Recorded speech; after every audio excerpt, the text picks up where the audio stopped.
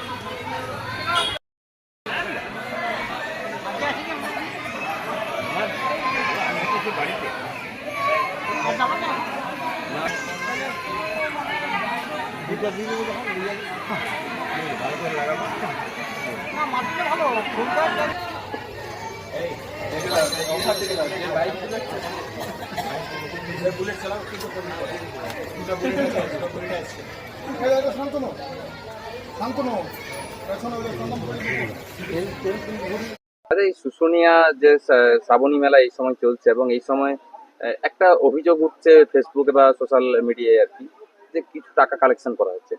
কি হচ্ছে এই টাকাতে? আমাদের যেটুকু টাকা কালেকশন করা হয় আমাদের এই ঝর্ণাগড়াতে আপনার ওই যেটা জল পড়ছে বাঘের মুখ থেকে, ওই কাজটা করা হয়েছে। নরসিং বাবার ব্যারিকেডটা করা হয়েছে। আমাদের সাধু বাবার ওইখানে একটা সমাধিস্থল আছে, ওই সমাধিস্থলের বাউন্ডারির কাজ আরম্ভ হয়েছে। তারপরে আপনার নরসিং বাবার ব্যারিকেড করা হয়েছে, শিবধানের ব্যারিকেড করা হয়। তারপরে হনুমান মন্দির হয়েছে। এইসব কাজে লোকনাথ মন্দির আছে। এইসব কাজে আমাদের ব্যয় হয় সোলানা থেকে, ওই টাকাই ব্যয় হয়। আর কতদিন ধরে এই কালেকশনটা? এই কালেকশনটা মোটামুটি আমাদের সোলানা থেকে বছর চারেক নেওয়া হয়েছে। আর কি কাজ? আর সোলানার পরিকল্পনা আছে, এই যে জায়গায় এই মাঠটা দেখছেন, এই যে মাঠটা, এই মাঠটা 70 লাখ টাকা দিয়ে আমাদেরকে কিনতে হচ্ছে। এটা পাবলিকের কাছ থেকে ফেরত নিতে হচ্ছে। কারণ এই মাঠটা যদি চলে যায় তাহলে পঞ্চায়েতের একটা বড় মেলা হয়, বারুণী মেলা, সেই মেলাও বন্ধ হয়ে যাবে। আমাদের এই শ্রাবণী মেলা এটাও বন্ধ হয়ে যাবে।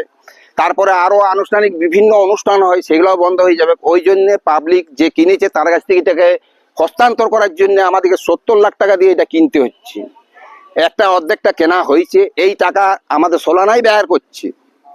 এটা কেনা হয়েছে অর্ধেকটা, এখনো 36 লাখ টাকা দিয়ে এটা কিনতে হবে। তারপরে আনুষ্ঠানিক ভাবে কিছু কিছু সমাজ সেবার কাজ হয়।